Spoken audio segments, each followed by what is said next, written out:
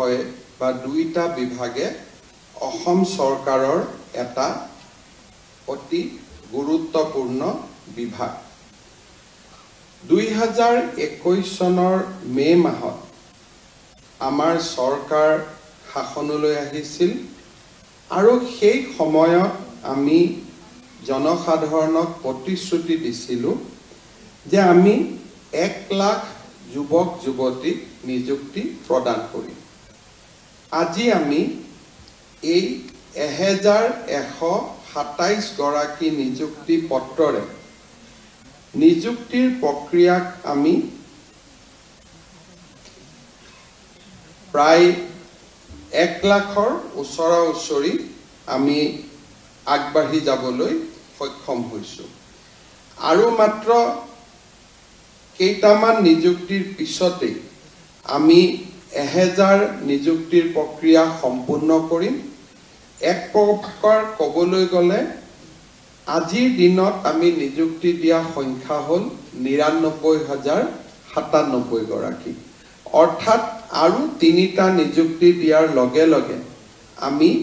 1 লাখ নিযুক্তিত আমি ভৰি দিব পাৰিম 2021 বৰ্ষত আমি 4779 গৰাকী ব্যক্তিক অসম চৰকাৰক নিযুক্তি দিছিলোঁ 2022 বৰ্ষত আমি 35130 গৰাকী ব্যক্তিক আমি নিযুক্তি দিছিলোঁ 2023 বৰ্ষত আমি 48638 গৰাকী ব্যক্তিক আমি নিযুক্তি দিছিলোঁ 2024 বৰ্ষত আমি 3595 গৰাকী নিযুক্তি দিছিলোঁ সমান্তৰালভাৱে অসম চৰকাৰৰ বাজেটৰ পৰা বিভিন্ন পৰিষদত বিটিআৰ কাৰ্বি আলং আৰু ডিমা হাছাও 6955টা নিযুক্তি সম্পূৰ্ণ কৰা হৈছে অৰ্থাৎ আজিৰ দিনত আমি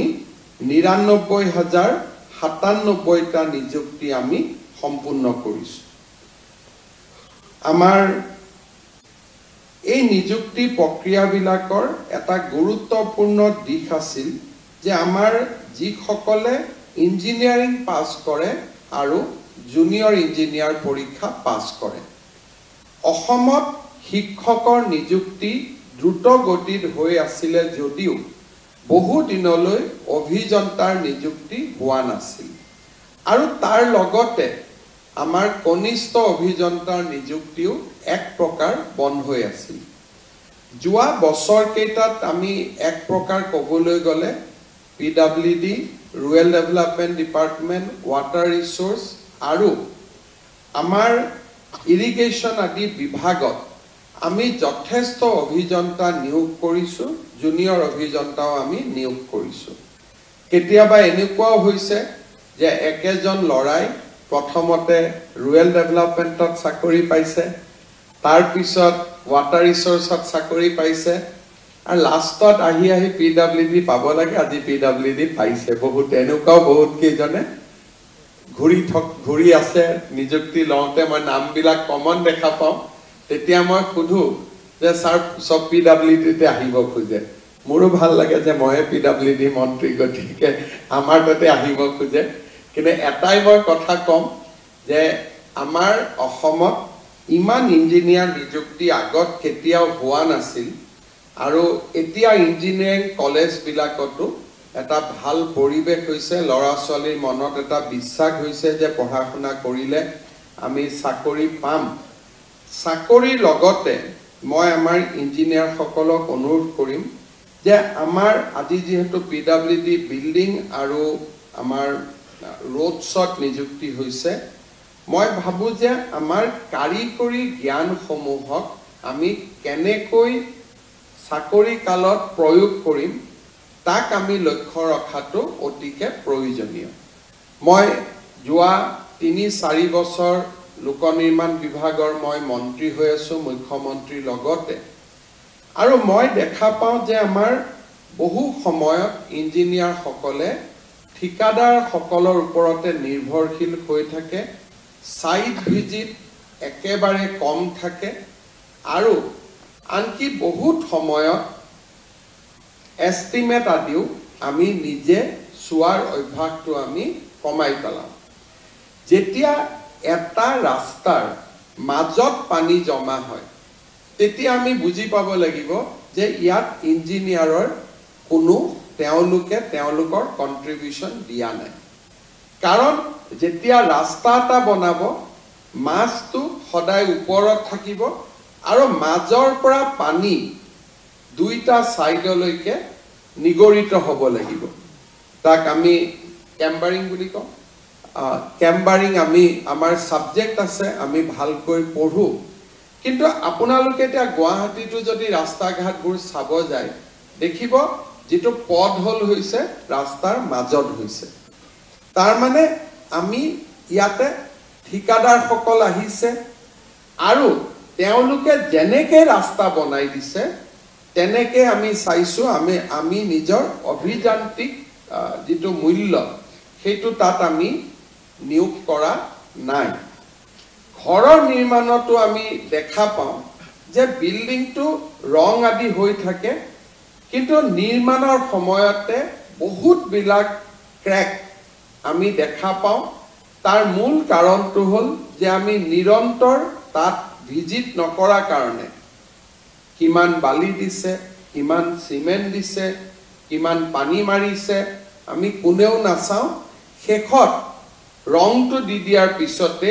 ভিতৰত গুটেইখিনি কথা সোমাই যায় উদ্বোধনৰ দিনাখন কোনেও একো গম নাপায় দুদিন পিছত বিল্ডিং বিলাকত ক্ৰেক ওলাব ধৰে ইয়াৰ ফলত আমাৰ ক্ষতিটো হয় কি যে এটা ৰাস্তা নিৰ্মাণ কৰোতে আজিকালি 1 কিলোমিটাৰ ৰাস্তা বনাওতে প্ৰায় 1.5 কোটি টকা লাগে আৰু যিমানে ৰাস্তাৰ বনোৱাৰ মূল্য বাঢ়ি গৈছে হিমানে নতুন ৰাস্তা বনোৱাৰ ক্ষমতাটো আমাৰ সীমিত হৈ আহি আছে কাৰণ এটা ৰাস্তা যদি বনাব 1.5 কোটি টকা লাগে তেতিয়ালে 100 কোটি টকা খৰচ কৰিও আমি 100 কিলোমিটাৰ ৰাস্তা বনাব নোৱাৰো ফলত বহুতো গাঁৱৰ মানুহে চহৰৰ মানুহে পকি ৰাস্তাটাৰ পৰা বঞ্চিত হৈ থাকিব লাগে আৰু ভূতৰ ওপৰত দান পৰা দি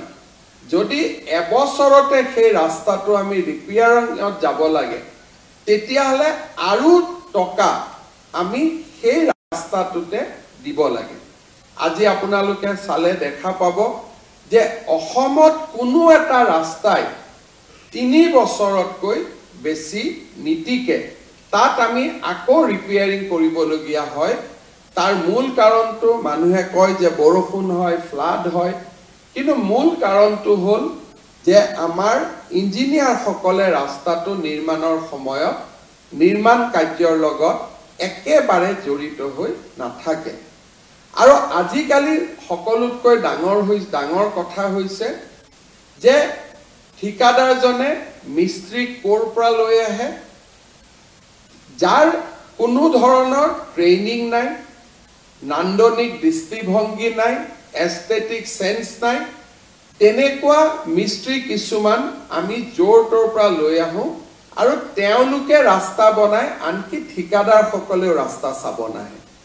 তাৰ ফলত অসমৰ ৰাজহৰ বহু ডাঙৰ ক্ষতি হৈ আছে আৰু মই অত্যন্ত চিন্তনীয় হৈ আছো যে লাহে লাহে আমাৰ যদি কষ্ট পাৰ কিলোমিটাৰ বাঢ়ি গৈ থাকে এসময়ত আমি ৰাস্তা ঘাট বনাবই নোৱাৰা হৈ যাম কাৰণ এটা ৰাস্তা বনোৱাৰ পিছত তাত ৰিপেয়াৰিং 5 বছৰৰ ভিতৰত 1 কিলোমিটাৰ ৰাস্তাত প্ৰায় 2 কোটি টকা আমি 2.5 কোটি টকা আমি খৰচ কৰিব লাগে আমাৰ নতুন লৰাবিলাক ছোৱালী সকল এতিয়া ইঞ্জিনিয়াৰিং কলেজৰ পৰা ওলাই আহিছে এক প্ৰকাৰ ক'ব গলে আমাৰ দুইটা ডিপাৰ্টমেন্টত এতিয়া আন্ডাৰ 40 এজৰ ইঞ্জিনিয়াৰৰ সংখ্যা যথেষ্ট বেছি হৈ গৈছে এটা সময় আছিল যে যত নতুন নিযুক্তি নোহোৱা কাৰণে পুৰণা ইঞ্জিনিয়াৰ সকলে দুটা সেকশন চাব লাগে চাৰিটা সেকশন চাব লাগে দুটা সাব ডিভিজন চাব লাগে কিন্তু এতিয়া আমাৰ পৰ্যাপ্ত নিয়োগ হৈছে আৰু নিয়োগ হৈ থাকিব আৰু সেই কাৰণে এতিয়া আমাৰ মোবিলিটি আমি বঢ়াব পাৰো, মোবিলিটি আমি কৰিব পাৰো আৰু আমি যদি অকণমান নিজে চকু দিওঁ আমি ৰাস্তা ঘাট ধুনীয়াকৈ নিৰ্মাণ কৰিব পাৰো আৰু বিল্ডিঙৰো আমাৰ কনষ্ট্ৰাকচন বহুখিনি আমাৰ ডেভেলপমেন্ট হ'ব পাৰে আগতে আমি যিমান কাম কৰিব নাপাইছিলো এসময়ত পিডব্লিউ ডিপাৰ্টমেন্টে বক্স টাইপ আৰসিসি ঘৰ বনাইছিলে এটাই প্যাটাৰ্ন আছিল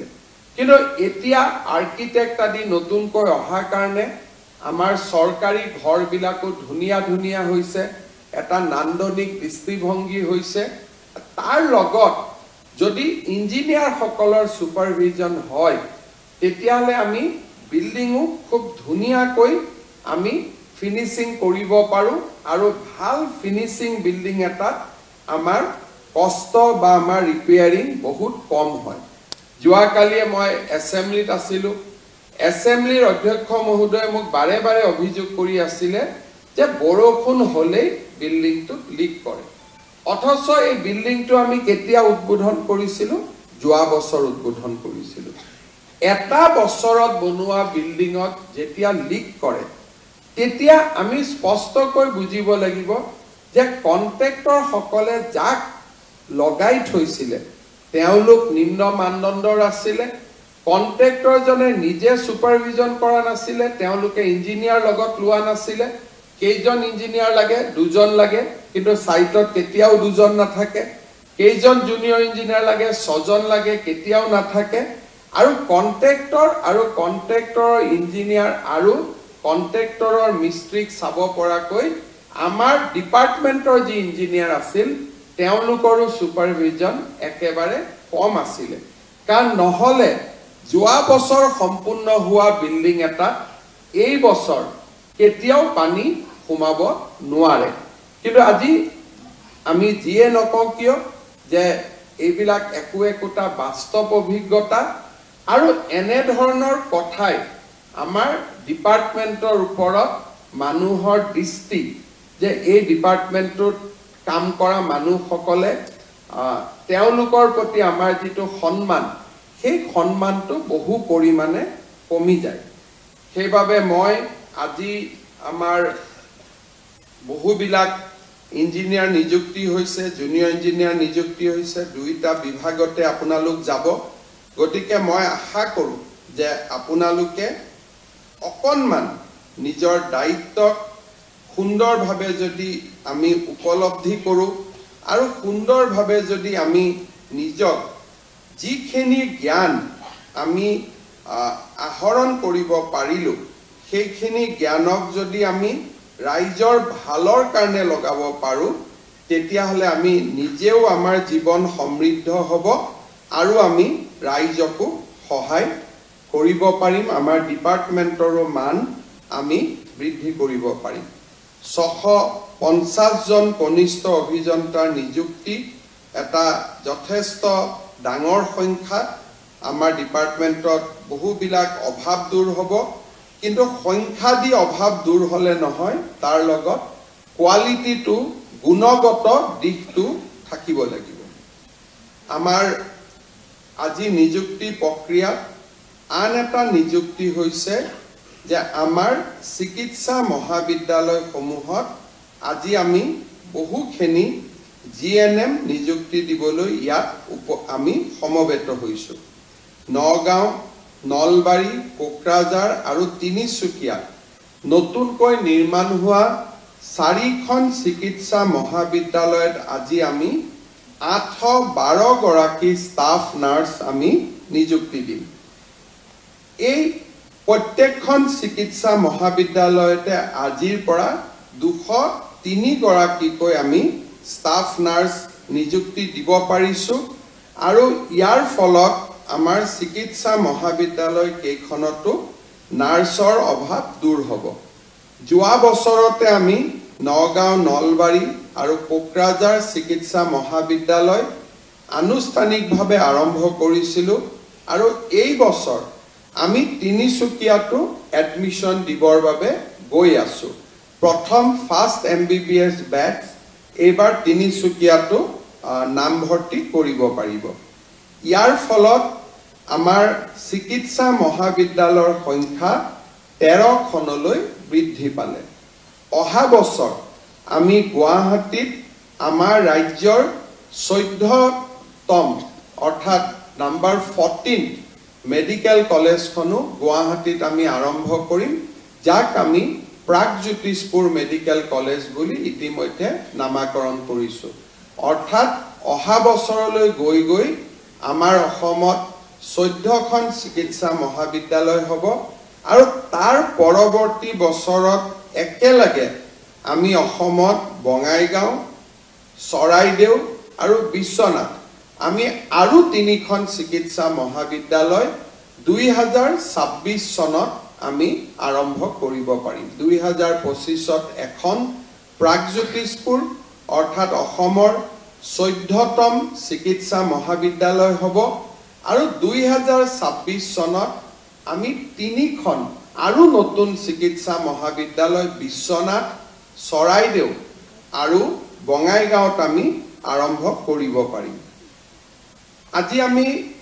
এই চিকিৎসা মহাবিদ্যালয়ৰ সংখ্যাটোৱে আমাক কি বুজাইছে এটাই আমি বুজিব পাৰো যে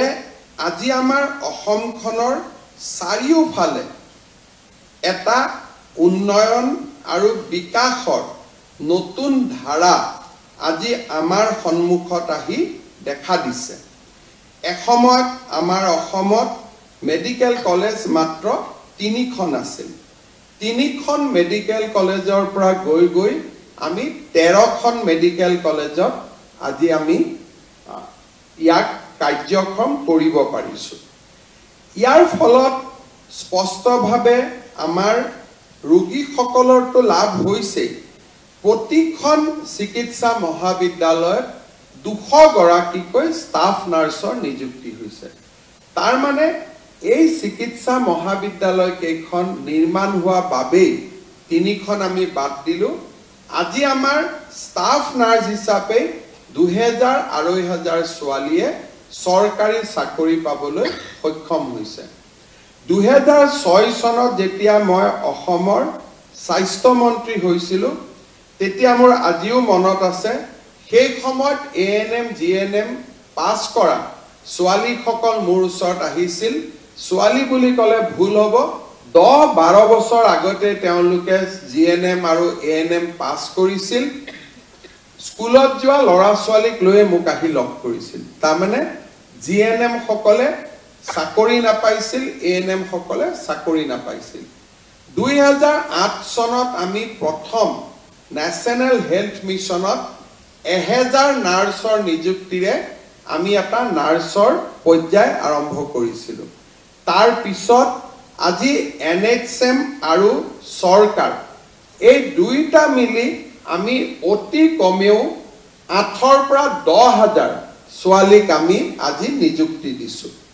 আৰু চৰকাৰী স্বাস্থ্য সেৱা যিমানে আগবাঢ়ি গৈছে সিমানে বেচৰকাৰী খণ্ডটো বিভিন্ন নাৰ্ছিং হোম সৃষ্টি হৈছে তাৰ ফলত আমাৰ ছোৱালীসকলে আজি চৰকাৰী চাকৰি পাবলৈ সক্ষম হৈছে বেচৰকাৰী চাকৰি পাবলৈ সক্ষম হৈছে অসমত সেই সময়ত 7-8খন জিএনএম স্কুল আছিল আজি আটাইতকৈ বেছি যদি কোনোবা আমাৰ ওচৰত আহে নৰ্মেল কলেজ বনাবৰ কাৰণে নাহে জিএনএম নাৰ্ছিং স্কুল বনাবৰ কাৰণে আমাৰ ওচৰত আটাইতকৈ বেছি আবেদন থাকে তাৰ মানে যোৱা 2006-7 চনৰ পৰা 3খন মেডিকেল কলেজ 14 চনৰ পিছত 6খন মেডিকেল কলেজ আজি আমাৰ যি ধৰণে চিকিৎসা খণ্ডটোত এটা নৱজাগৰণ সৃষ্টি হৈছে সেই নৱজাগৰণৰ ফলত অকল যে ৰোগীসকলে উপকৃত হৈছে তেনে নহয় এটা ডাঙৰ মানৱ সম্পদৰো নিযুক্তি ইয়াত সম্ভৱ হৈছে মই আজি যিসকল জিএনএম আমাৰ ষ্টাফ নাৰ্ছ হিচাপে মেডিকেল কলেজসমূহলৈ যাব তেখেতসকলকো মই এটা অনুৰোধ কৰিম আমি সকলোৱে ৰোগীক খুব ভাল কৰি সেৱা কৰোঁ কিন্তু মুখত হাঁহিটো নথকাৰ কাৰণে আমাৰ ওপৰত ৰোগীসকল অসন্তুষ্ট হৈ থাকে মই এটা কথা জানো যে হাঁহিটোৰ কোনো দাম নাই হাঁহিটো আমি এনেই মাৰি থাকিব পাৰো নে হাঁহিৰ দাম আছে নেকি কিবা কোনোটো হাঁহি মাৰিলেতো ঘৰৰ টকা পইচাও খৰচ নহয় কিন্তু মই মেডিকেল গুৱাহাটী মেডিকেল কলেজতো গলে আমাৰ নাৰ্ছ বাইদেউসকলে মুখখন ইমান কঠোৱা শব্দটো ক'ব ভাল নালাগে ইমান মুখখন গহীন গম্ভীৰ কৰি ৰাখে ৰোগীসকলৰ ভয়তে বেমাৰটো বেছি হৈ যায় কোনোবা মহিলা এগৰাকী লেবাৰ ৰুমত গৈছে সিজাৰিন কৰিব গৈছে তাৰ আগত যদি আমি হাঁহি মাৰি কওঁ যে বাইদেউ আপোনালোকৰ একো সমস্যা নাই এনেকুৱা সিজাৰিন আমাৰ ইয়াত হৈয়ে থাকে অলপ আগতো আমি সিজাৰিন কৰি থৈ গৈছো কোনো চিন্তা নাই ফটক কৰি হৈয়ে যাব তাকে নকৰি আমি মুখখন গোমুঠা কৰি ৰাখো ফলত মহিলাগৰাকীৰ প্ৰেছাৰ বাঢ়িব আৰম্ভ কৰে যে কি হল আৰু আপোনালোকে জানে যে মেটাৰনেল মৰ্টেলিটিৰ এটা সবচে ডাঙৰ ৰিজন হৈছে হাই ব্লাড প্ৰেছাৰ যদি সিজাৰিন সেকশনৰ সময়ত কোনোবা এগৰাকী মহিলাৰ হাই ব্লাড প্ৰেছাৰ দেখে ডক্টৰে ক'ব যে অলপ ৰখাই থক এতিয়া সিজাৰিন কৰিব নোৱাৰি কিন্তু লেবাৰ ৰুমত যেতিয়া আমি মহিলাগৰাকীক লেবাৰ লৈ যাওঁ জন্ম দিওঁ বহুতে আমি প্ৰেছাৰো নাচাওঁ প্ৰেছাৰ বাঢ়ি আছে কমা আছে আমাৰ সন্তান জন্ম হৈ যায় মহিলাগৰাকী আৰু নৱজাত সন্তানটোৰ তাতে এটা বহুত ডাঙৰ বিৰূপ প্ৰভাৱ পৰে যোৱা কেইদিনমানত মই এটা বস্তু লক্ষ্য কৰি আছো যে আমাৰ নাৰ্ছসকল বা ডক্টৰসকলে সন্তান জন্ম দিয়াৰ সময়ত যিখিনি প্ৰটোকল সেই প্ৰটোকল বিলাক ভাল কৰি নমনা কাৰণে আজিকালি মই গাঁৱে ভূঞে গলে এবিধ নতুন ৰোগীক দেখা পোৱা আৰম্ভ হৈছো কি বুলি কয় পিএইচ আমাৰ যে জন্ম হলে সেলিব্ৰেল পালসি আজিকালি আগতে মইতো অসমত মোৰ ৰাজনীতি কৰা 24-25 হৈ গল বছৰ হৈ গল গাঁৱে ভূঞে ঘূৰি থাকো আগতে ইমান সেলিব্ৰেল পালসিৰ পেশেন্ট আমি দেখা নাপাইছিলো এতিয়া জি মিটিংতে যাওঁ 4 গৰাকী সেলিব্ৰেল পালসিৰ পেশেন্ট বহিয়ে থাকে দেখিলে মনটো বেয়া লাগে আৰু আমি সকলোৱে জানো যে সেলিব্ৰেল পালসি হোৱাৰ মূল কাৰণটো হ'ল যে জন্মৰ সময়ত হোৱা একোটা ভুল সিদ্ধান্ত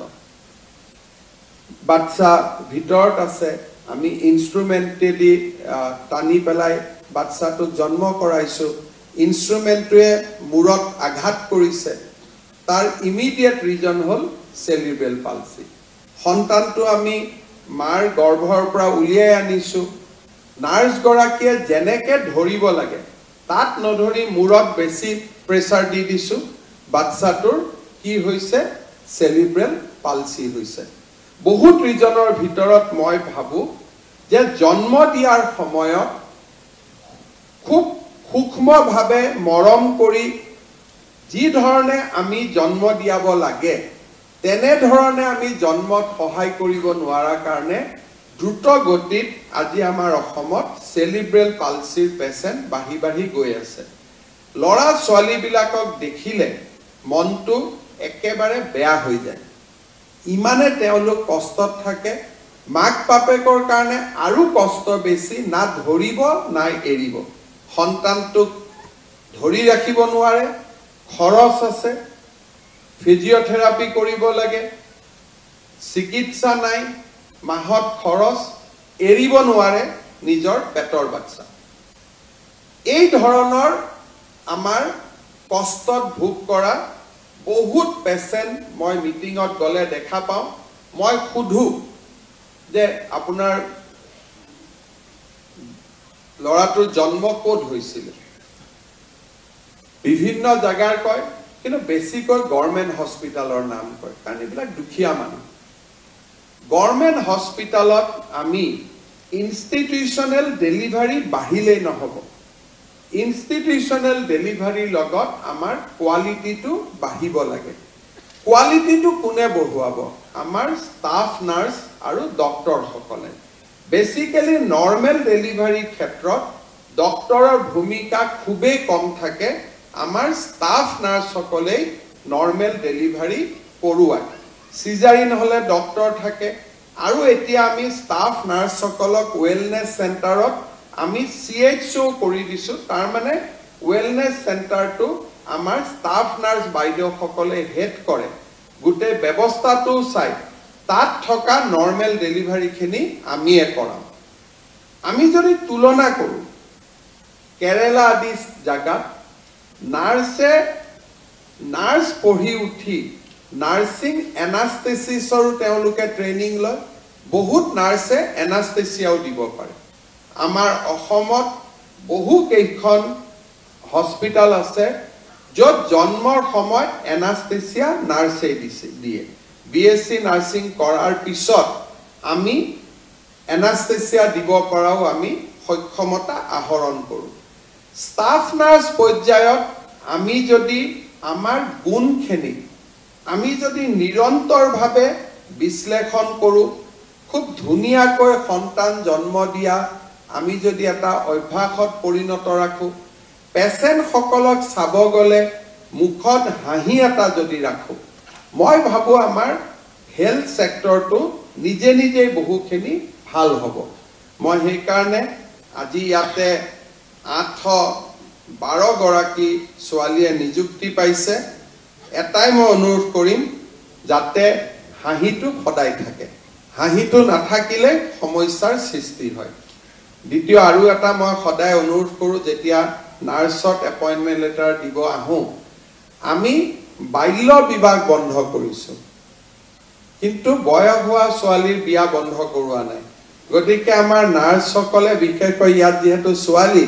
ঘৰত দেউতা মাসকলে চিন্তা কৰি থাকে সোনকালে বিয়াখনো পাতি ল'ব লাগে কাৰণ মোক বহুত দেউতাক মাকে কয় যে আজিকালি আমাৰ ছোৱালীসকলে বহুত দেৰিকৈ বিয়া পাতে মোৰ এটাই অনুৰোধ বাল্য বিবাহ হ'ব নালাগে দেৰিকৈও বিয়া হ'ব নালাগে সময়ত বিয়া হ'ব লাগে আৰু সময়ত বিয়া হৈ সময়ত সন্তান জন্ম দিলেও মেটাৰনেল মৰ্টেলিটি বহু গুণে কমি যায় মই যিখিনি কথা কৈ আছো বিজ্ঞানৰ দৃষ্টিভংগীৰ পৰা কৈ আছো আমাৰ মেটাৰনেল মৰ্টেলিটি ৰোধ কৰাৰো আন এটা ডাঙৰ বিষয় হৈছে উপযুক্ত সময় বিয়া আজি এই প্ৰসংগটো মই কিয় উল্লেখ কৰিছো যে আপোনালোক কিছুমানে এনেকুৱা মেডিকেল কলেজত যাব য'ত 16-17 বছৰতো কিছুমান ছোৱালী দেখিব যোনে সন্তান জন্ম দিব আহে ডক্টৰ বিলাক পুৰুষ হলে কথা পাতিব নোৱাৰি মহিলা হলেও ডক্টৰৰ ইটোৰ পিছত ইটো কাম থাকে আপোনালোকে মহিলাসকলৰ লগত কিছু সময় খৰচ কৰিব পাৰে আমাৰ এটা ডাঙৰ কথা হল যে আমি সদায় আমাৰ কন্যা সন্তানসকলক বুজাব লাগে যে সঠিক সময়ত আমি যাতে সন্তান জন্ম দিওঁ অসমত বাল্য বিবাহৰ কাৰণে আমাৰ মেটাৰনেল মৰ্টেলিটি বহু গুণে বেছি আছিল যোৱা 4-3টা বছৰত আমি বাল্য বিবাহৰ বিৰুদ্ধে যথেষ্টখিনি যুঁজ কৰিছো আৰু লাহে লাহে অসমত বাল্য বিবাহ কমিছে কিন্তু আইনৰ ভয়ত যিটো কমে সেইটো এজন ব্যক্তি এখন আসনৰ পৰা আঁতৰি যোৱাৰ পিছত কি তেনেকুৱা ধৰণৰ কথা নোহোৱা হৈ যায় মোৰ নিজৰ মনত আছে মই যেতিয়া হেলথ মিনিষ্টাৰ আছিলো মাজত 2014-15-16 মই মন্ত্ৰী দায়িত্বত নাছিলো 17-16 চনত যেতিয়া মই স্বাস্থ্য মন্ত্ৰী হওঁ নতুনকৈ তেতিয়া মই দেখা পাওঁ যে মোৰ দিনত যিমান বিলাক ভাল কাম আৰম্ভ হৈছিল তাৰ 90% কাম 2 বছৰত নোহোৱা হৈ গৈছিল এটা ডাঙৰ কাম আছিল স্বচ্ছ নিযুক্তি কিন্তু সেই সময়ত আনকি নাৰ্ছৰ নিযুক্তিটো মানুহে টকা পইচাৰ ঘটনা কৰিবলগীয়া হৈছিল স্বচ্ছতা এক প্ৰকাৰ নোহোৱা হৈ গৈছিল আজি মই পুলিচ CRP লগাই যদি কবাত বাল্য বিবাহ বন্ধ কৰিছো যিদিনাখন আমিবোৰ নাথাকিম সিদিনাখন মানুহ আকৌ বেক টু স্কুৱেৰ হৈ যাব, য'ত আছিল তালৈকে ঘূৰি আহিব। কিন্তু মানুহৰ মন মগজুত আমি যদি এবাৰ সুমুৱাই দিব পাৰোঁ যে বাল্য বিবাহ এটা ভুল কথা, যদি মানুহৰ সাইকোলজিত ই সোমাই যায়, তেতিয়া সি জেনেৰেশ্যন টু জেনেৰেশ্যন সি থাকি যায়। আজিৰ জেনেৰেশ্যনে আজি যদি ছোৱালীজনীয়ে ভুলতে সন্তান জন্ম দিলেও দ্বিতীয়টো সন্তান জন্ম দিওঁতে তেখেতে বহুতবাৰ চিন্তা কৰিব। নিজৰ ভনীয়েকক গৈ পৰামৰ্শ দিব যে কম বয়সত বিয়া পাতিব নালাগে, আৰু ঠিক বয়সত বিয়া পতাও পৰামৰ্শ দিয়াটো আমাৰ আৰু এটা কাম, যাতে এগৰাকী ছোৱালী আটাইতকৈ স্বাস্থ্যৰ ফালৰ পৰা আটাইতকৈ যিটো সময়ত সুস্থ হৈ থাকিব, সেইটো সময়তে যদি সন্তান জন্ম দিয়ে তেতিয়াহ'লে আমাৰ নিগেটিভ কোনো ইম্পেক্ট কৰিব নোৱাৰে। আজি 812 গৰাকী যি ষ্টাফ নাৰ্ছ নিযুক্তি হ'ব, আপোনালোকে প্ৰতিটো দিনতে গৰ্ভৱতী মহিলাক সাক্ষাৎ কৰিব লগ পাব আৰু গৰ্ভধাৰণৰ আৰম্ভণিটো লগ পাব। আপোনালোকে শিকি অহা কথা বতৰাবিলাক তেখেতসকলক যদি শিকাব পাৰে, তেখেতসকলক বুজাব পাৰে, তেতিয়া আমি অসমত বাল্য বিবাহো আমি ৰোধ কৰিব পাৰিম। সুস্থ সময়ত আমি বিয়া পতাৰ এটা পৰিৱেশ নিৰ্মাণ কৰিব পাৰিম, আৰু তেতিয়া আমাৰ মেটাৰনেল মৰ্টেলিটি আৰু ইনফেণ্ট মৰ্টেলিটিও আমাৰ বহু পৰিমাণে কমি যাব। এতিয়া মই শেষত এটা বিশেষ কথাৰে সামৰণি মাৰিব খুজিছোঁ। আজি আমি বিশেষকৈ নাৰ্ছত যিসকলে নিযুক্তি পাইছোঁ, কিছুমানে নগাঁৱত পাইছোঁ, কিছুমানে নলবাৰীত পাইছোঁ, কিছুমানে কোকৰাঝাৰত পাইছোঁ, কিছুমানে তিনিচুকীয়াত পাইছোঁ। যদি উজনি অসমৰ ছোৱালী এগৰাকীয়ে নলবাৰীত নিযুক্তি পাইছে, সদায় মনটোত লাগি থাকিব যে মোক ট্ৰেন্সফাৰ লাগে, ট্ৰেন্সফাৰ লাগে, ট্ৰান্সফাৰ লাগে। এতিয়া আমাৰ অসুবিধাটো ক'ত? মই নলবাৰীৰ পৰা আপোনাক তিনিচুকীয়ালৈকে পঠাই দিলোঁ, কিন্তু তিনিচুকীয়াৰ পৰা যদি নলবাৰীলৈকে কোনোবা এগৰাকী নাহে, ৰাতি ৱাৰ্ডত ডিউটিটো কোনে কৰিব? লগৰ ছোৱালী এজনীটো কৰিব নোৱাৰে। পিছদিনাখন অতীত কাম কোনে কৰিব? ৱাৰ্ডত কোনে যাব? আমাৰ অসমত আটাইতকৈ ডাঙৰ কথাটো হ'ল যে সকলোৱে নিজৰটো ভাবিব যে মই যদি ডিব্ৰুগড় তিনিচুকীয়াত যাব পাৰোঁ, বা ডিব্ৰুগড় তিনিচুকীয়াত থকা ছোৱালীজনী নলবাৰীত আহিব পাৰে, আমি ভাবোঁ যে আমাৰ কামটো হৈ গ'ল। চৰকাৰেও আনিব খোজে, চৰকাৰৰো কোনো আপত্তি নাথাকে, কিন্তু কোনোবা এগৰাকী যদি তাত নাযায়, আমি মেডিকেল কলেজখন কেনেকৈ চলাম? আজি ইয়াত আমাৰ মেডিকেল কলেজৰ প্ৰিন্সিপালসকল বহি আছে, ছুপাৰিণ্টেণ্ডেণ্টসকল বহি আছে। এগৰাকী নাৰ্ছ ট্ৰেন্সফাৰ হৈ গ'লেও,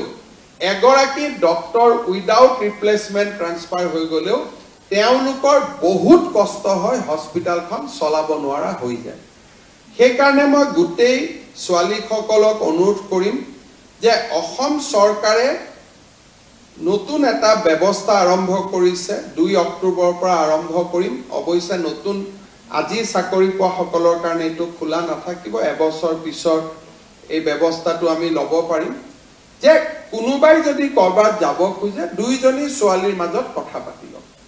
তিনিচুকীয়াৰ পৰা কোকৰাঝাৰত অহা গৰাকী, কোকৰাঝাৰৰ পৰা তিনিচুকীয়াত অহা গৰাকী, পৰ্টেল এটা থাকিব।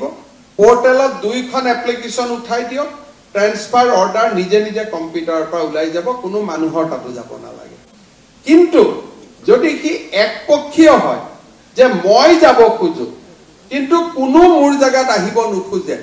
তেতিয়ালৈকে পৰ্টেলটোৱে তেতিয়ালৈকে তাৰ এপ্লিকেশ্যন বিলাক গ্ৰহণ নকৰিব। তাৰ কাৰণে আমাৰ 800 ছোৱালী বা আৰু 3000 ছোৱালীয়ে কাম কৰি আছে। নিজৰ মতে মেডিকেল কলেজখিনি সজাই লওক, আমাৰ কোনো আপত্তি নাই, কাৰণ আমি এটা ভাবি নিযুক্তি দিছো। আমাৰ নিযুক্তিটো ভুলো হ'ব পাৰে, নলবাৰী ছোৱালী নলবাৰী এড্ৰেছ চাই দিছো, কিজানি ডিব্ৰুগড়ত ল'ৰা এটাৰ লগত বিয়া হ'ব, কালি পৰহিত তেখেত ডিব্ৰুগড়ত যাব লাগিব। গতিকে আমি মানুহৰ এড্ৰেছবিলাকতো আজি যিটো দিছো এইটোৱে নাথাকে। আমি সদায় চেষ্টা কৰোঁ যে যদি এই ৰিক্ৰুটমেণ্টতে আপোনালোকে চাব যে তিনিচুকীয়াৰ ফালৰ যিমানে এড্ৰেছ দিছে আমি তিনিচুকীয়াতে দিব যত্ন কৰিছোঁ, কিন্তু যদি তিনিচুকীয়াৰ পৰা আৰু বেছি ছোৱালী পাছ কৰিছে, লখিমপুৰ ধেমাজিৰ পৰা আৰু ছোৱালী পাছ কৰিছে, তাইকতো আমি নগাঁৱত দিব লাগিব। যদি নগাঁৱত বহুত ছোৱালী পাছ কৰিছে, তাইক আমি নলবাৰীত দিব লাগিব। সেইকাৰণে নিজৰ ভিতৰতে আপোনালোকে এই হিচাপ নিকাচটো মিলাই ল'লে আমাৰ কোনো অসুবিধা নহয়। বোলে দুজনৰ লগত মিলিব নোৱাৰি, তিনিজনৰ চেইন এটা কৰিলে মিলাব পাৰি, তাতো আমাৰ আপত্তি নাই যে কোনোবাই ধেমাজি, কোনোবাই লখিমপুৰৰ পৰা নলবাৰীত যাব, নলবাৰীৰ পৰা কোনোবাই ধুবুৰীত যাব, ধুবুৰীৰ পৰা কোনোবাই তিনিচুকীয়াত যাব। মুঠৰ ওপৰত আমাৰো ক্ষতি হ'ব নালাগে, আপোনালোকৰো ক্ষতি হ'ব নালাগে। আমাৰ মানে কোন? মোৰ নহয়, ৰোগীসকলৰ। কাৰণ আমি যেনেকে ৰোগীসকলৰ কথাটো আটাইতকৈ বেছি আমি চিন্তা কৰিব লাগে। সেইকাৰণে 2 অক্টোবৰৰ পৰা আমি এই সুবিধাটো প্ৰথম আৰম্ভ কৰিম। দেশত ক'তো নাই, কৰ্মচাৰীক ইমান সুবিধা কৰি দিয়া চৰকাৰ দেশত ক'তোৱে নাই। চাকৰিও বিনা পইচাত, এপইণ্টমেণ্টো বিনা পইচাত,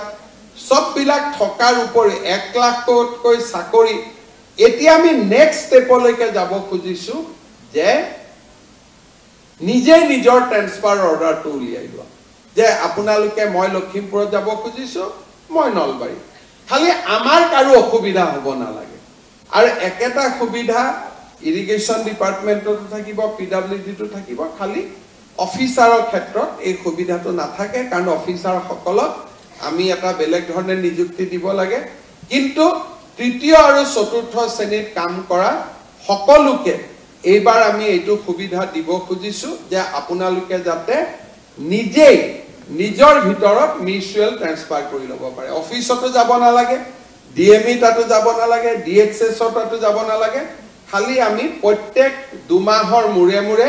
কম্পিউটাৰত যিমান এপ্লিকেশ্যন আছে আমি অৰ্ডাৰখিনি অট'মেটিক উলিয়াই দিম, যে এভৰি 2 মাহ নতুন নতুন অৰ্ডাৰ প্ৰত্যেক 2 মাহত ওলাই থাকিব। এইবাৰ মই মিউচুৱেলত সংগী নাপালো, অহাবাৰ পাম, অহা 2 মাহত আবেদন কৰিব পাৰিম, তাৰ পিছৰ 2 মাহত পাম,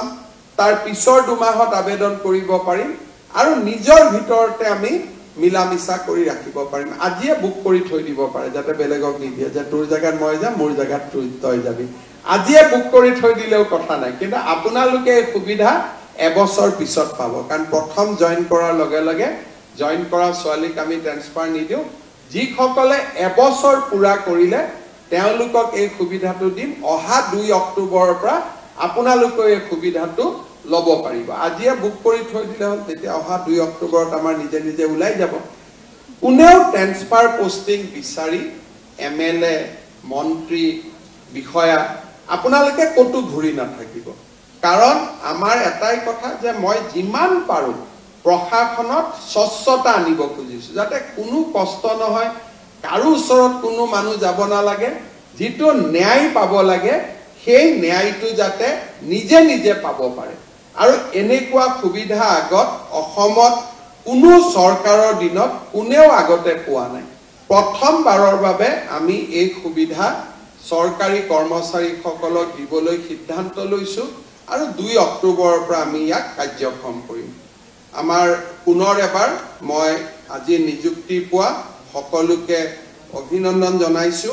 লোকসেৱা আয়োগকো অভিনন্দন জনাইছো যে যোৱা কেইটামান বছৰত যথেষ্ট নিযুক্তি হ'ব পাৰিছে। মোৰ কাৰণেও আজিৰ দিনটো খুব গুৰুত্বপূৰ্ণ, কাৰণ যিটোৱে নেক্সট এপইণ্টমেণ্ট দিম তেতিয়ালৈকে 1 লাখ হৈ যাব। অৰ্থাৎ আজি আমি 99,097 তাত ভৰি দিছোঁ, আৰু 3টা দিলে 1 লাখ হৈয়ে যাব। আৰু 40-50 হাজাৰ নিযুক্তি অহা বছৰৰ ভিতৰত আমি কৰিবৰ কাৰণে গৈ আছোঁ। কিছুমান কাম, যিবিলাক কাম আমাৰ ৰাজ্যখনত আগতে কেতিয়াও হোৱা নাছিল, তেনেকুৱা কামবিলাক হোৱাটো আমাৰ বাবে খুব আনন্দৰ বিষয়। মই আজি আপোনালোকক অভিনন্দন জনাইছোঁ। মেডিকেল কলেজখিনিও খুব কষ্টত আছিলে, আজিৰ পিছত আমাৰ মেডিকেল কলেজখিনিও বহু পৰিমাণে ৰেহাই পাব। আমি খুব কম দিনৰ ভিতৰতে চিকিৎসা মহাবিদ্যালয়খিনিত, বিশেষকৈ এই 3টাত কাৰিকৰীত 422টা পদ আছে, চতুৰ্থ শ্ৰেণীত 657টা আছে, আৰু তৃতীয় শ্ৰেণীত 320টা আছে। আমাৰ 4খন মেডিকেল কলেজে এই পোষ্টখিনি নোহোৱাৰ কাৰণে কষ্ট খাই আছে ডিএমই মহোদয়ক মই অনুৰোধ কৰিম যেনে তেনে অক্টোবৰৰ ভিতৰত টেকনিক্যাল 422টা যাতে নিযুক্তি আমি দিব পাৰোঁ কাৰণ নহলে গোটেই কেইখন মেডিকেল কলেজত কষ্ট হৈ আছে এই 422টা নিযুক্তি দিয়ক আৰু মাৰ্চৰ আগতে তৃতীয় শ্ৰেণীৰ 320টা আৰু চতুৰ্থ শ্ৰেণীৰো 657টা নিযুক্তি দিয়ক যাতে আমাৰ চাৰিওখন মেডিকেল কলেজৰ প্ৰিন্সিপাল সকলে কিছু সকাহ লাভ কৰিব পাৰে নহলে তেওঁলোকৰ বহুতখিনি কষ্ট হৈ আছে পুনৰ এবাৰ সকলোকে অভিনন্দন জনাই মই মোৰ বক্তব্যৰ সামৰণি মাৰিছো আজি যি সকলে নিযুক্তি পালে এটা কথাই কম যে আমাক পঢ়া শুনা কৰাওতে দেউতা মাই আমাৰ কাৰণে বহুত কষ্ট কৰিছে সেই কাৰণে সকলোৱে যাতে দেউতা মাক আমি যেনে তেনে চাও এতিয়া দেউতা মাৰ কথা ওলাওতে মই নতুন এটা কথা ক'ব খুজিছো ইমান দিনে আমাৰ চৰকাৰৰ যেতিয়া কোনোবা এজন কৰ্মচাৰী মৃত্যু হয় গুটে কম্পেনচনেট যেটো টকা অকল ঘৈণীয়েক গৰাকীয়ে পাইছিল এতিয়া আমি নতুনকৈ এটা ব্যৱস্থা কৰিব খুজিছো যে 20% বৃদ্ধ দেউতাক মাকে পাব 80% হে ঘৈণীয়েক গৰাকীয়ে পাব কাৰণ নহলে কেতিয়াবা মই দুখো দিব নোৱাৰো বহুত যুৱক যুৱতী ডেকা বয়সতে কেতিয়াবা এক্সিডেন্ট আদিত মৃত্যু হয় স্বাভাৱিকভাৱে ঘৈণীয়েক গৰাকীয়ে কৰবাত বিবাহ পাশত আবদ্ধ হয় এটো কোনো বেয়া কথা নহয় আমি তাক ভাল বুলিয়ে কম কিন্তু যেতিয়া ছোৱালীজনী বেলেগ এটা পৰিয়ালত গুচি যায় বৃদ্ধ দেউতাক মাকৰ মৃত ল'ৰাজনৰ দেউতাক মাকৰ খুব কষ্ট হয় আমি অসম চৰকাৰত কি কৰো কম্পেনচনেট এপইন্টমেন্ট আমি বন্ধ কৰিছো কিন্তু এজন ব্যক্তিৰ চাকৰিৰ সময়ত মৃত্যু হলে চাকৰি থকা কাল ছোৱালৈকে আমি গোটেই দৰমহা দি থাকো কিন্তু দৰমহাটো কাক দিও ঘৈণীয়েক গৰাকীক দিও এইবাৰৰ পৰা আমি নিয়ম কৰিছো যে 80% দৰমহা আমি ঘৈণীয়েক গৰাকীক দিম আৰু 20% দৰমহা আমি দেউতাক মাকক আমি দিম যাতে খুব ধুনিয়াকৈ দেউতাক মাকেও এটা ভাল জীৱন লৈ থাকিব পাৰে আৰু ছোৱালী গৰাকীৰো যাতে মংগল হয় এই কথাখিনি মই উল্লেখ কৰাৰ মূল কাৰণটোৱে হ'ল এইটো যে আমি খুব আমাৰ জীৱনত খুব সংবেদনা থাকিব লাগে আমি সেনসিটিভ হ'ব লাগে দেউতা মাই আমাক পঢ়ুৱাই কষ্ট কৰি ইমানখিনি ডাঙৰ কৰিলে কেতিয়াবা আমি ল'ৰা সকলে যেতিয়া বিয়া বাৰু কৰো ল'ৰা ছোৱালীক স্কুলত পঢ়াবলগীয়া হয় সমস্যাত আমি সবেই থাকো দেউতা মাৰ কথা পাহৰি যাওঁ এইটো যাতে আমি অকনমান নিজক সদায় টিপি থাকো আঙুলি দি যে মোৰ দেউতা মাৰ প্ৰতি মোৰ দায়িত্বটো পালন কৰিছো নে নাই আৰু আমি সকলো লৰাই যদি নিজৰ দেউতা মাৰ প্ৰতি দায়িত্ব পালন কৰো